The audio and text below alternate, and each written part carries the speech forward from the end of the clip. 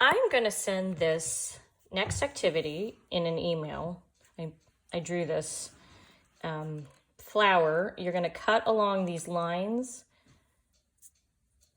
after you color. So the first step is going to be to color. The second step is going to be to cut along the dotted lines. And then the third step is to fold it. And I'm going to show you how I'm going to do that. I'm going to try to do this one-handed. Here we go again. So you fold it up to the bold lines. So it's going to kind of look like this. And you're only going to color the one side. So you'll have to print it out if you're going to do this activity, or you could draw your own octagonal, I don't know if that's a word or not, but it has an octagon in the middle. And I put an oval, you could do a circle in the middle. Just this doesn't really matter, this part here, so you can, the kids can draw whatever flower they want inside the octagon. And then take the octagon and go outward and make a larger octagon. So it's a small octagon inside of a larger octagon. And this level you would cut. And then you stop when you get to the bold line. So this is what we're gonna do. That's my cuckoo clock, if you've never heard one of those before. So you have, once you create that, we're gonna stick this folded flower into a shallow bowl. So this is a pie plate. And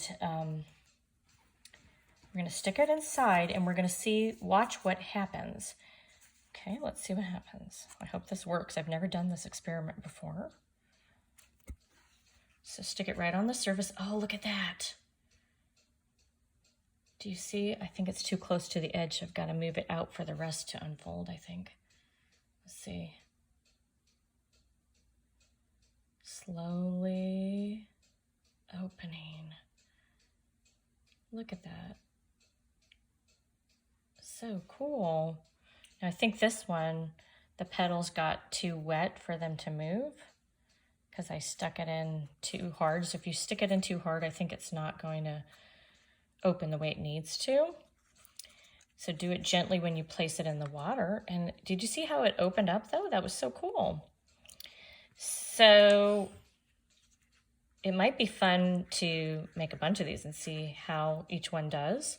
This one opened up, most of it opened up.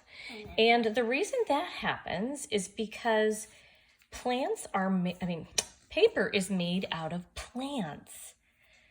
And plants have tiny tubes, like we saw in the celery experiment.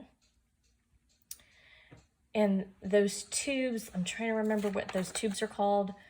Xylem, I believe. Yes, xylem. So since paper's made out of plants and plants have xylems, each part of the paper has tubes in it that we can't see, tiny tubes. And so when the water gets in the tubes, it blows them up, kind of like a float for the pool. You know how it's flat and it has tubes within it, and if you push air through it, it gets bigger, like a floaty. That's what happens with the paper. So when the water goes inside, it pushes all the way through and fills it up, and then it has to open up. So, and like I said, you could do this over and over again and see how each of them change. You could make a different flower shape. Maybe instead of an octagon, you could do a circle flower, a triangle flower, a square, and a rectangle, and see how they open up differently. But that was so interesting. And now Josie is going to